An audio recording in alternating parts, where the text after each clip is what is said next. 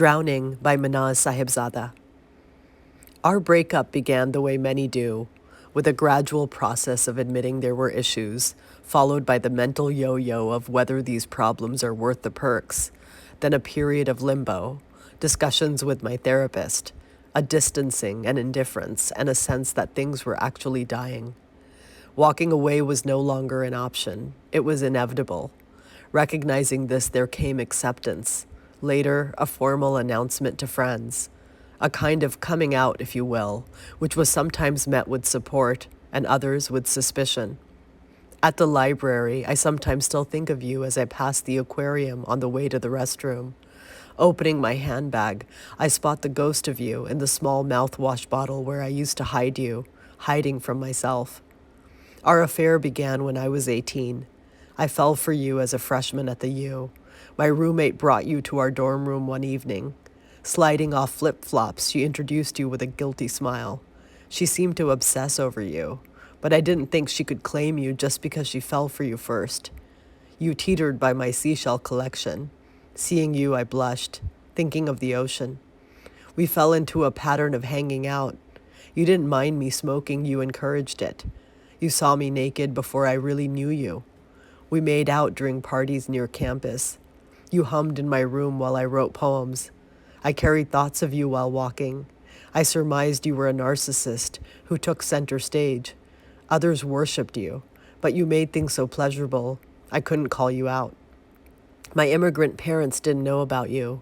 They would have frowned when they saw me clutching you like we'd already made love. On a visit to LA, I told my parents that I didn't want an arranged marriage. To my surprise, they didn't resist. After college, we sailed into a committed relationship. My friends knew, but I didn't mention you to my family. Those years I worked at the bookstore, we stayed together. I quit smoking and started therapy. Then I got my library science degree. I kept you close, at times feeling seasick. During most of the years I stayed with you, I didn't think our relationship was toxic. We spent our days apart and our evenings together, kissing after dinner.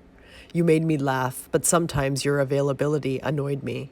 Still, you were an ally through social gatherings. Days I wanted to disappear, you understood.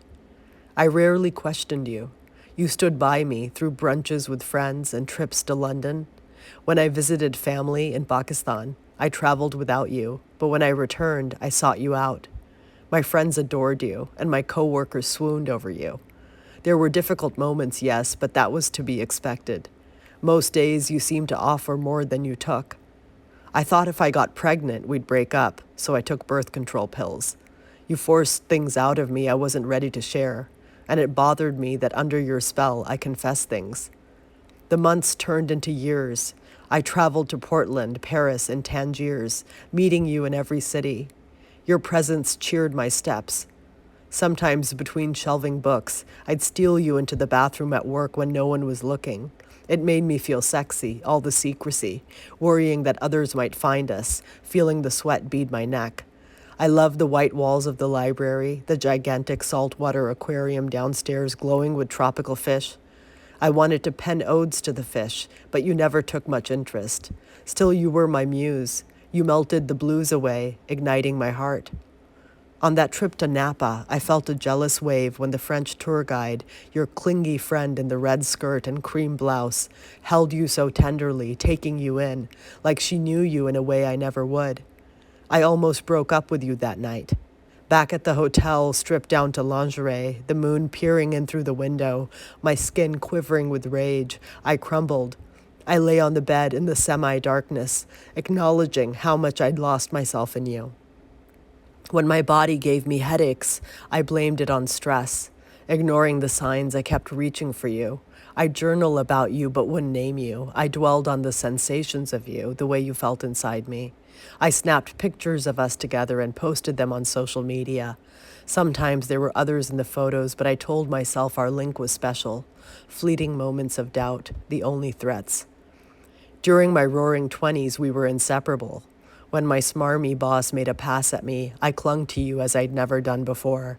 I started smoking again, but you didn't judge me. Feeling lost, I went on a Buddhist retreat, returning to Los Angeles a week later. Those cold mornings sitting zazen on the mat, something shifted. After the retreat, I grew weary of you. Our relationship had never been about love, I realized. It was more about drowning. When you were inside me, I no longer felt pleasure. I'd wake up feeling sick. I began to resent you. My friends noticed the change, and I cowered, sensing the pressure to keep you in my life. But after the summer passed, a poem rose inside me like a tsunami, swallowing all the trepidation. I ditched you and the cigarettes. It's been 6 years since we broke up, and I've blossomed like a lotus. When I meet up with friends at restaurants, they still wonder why I left you.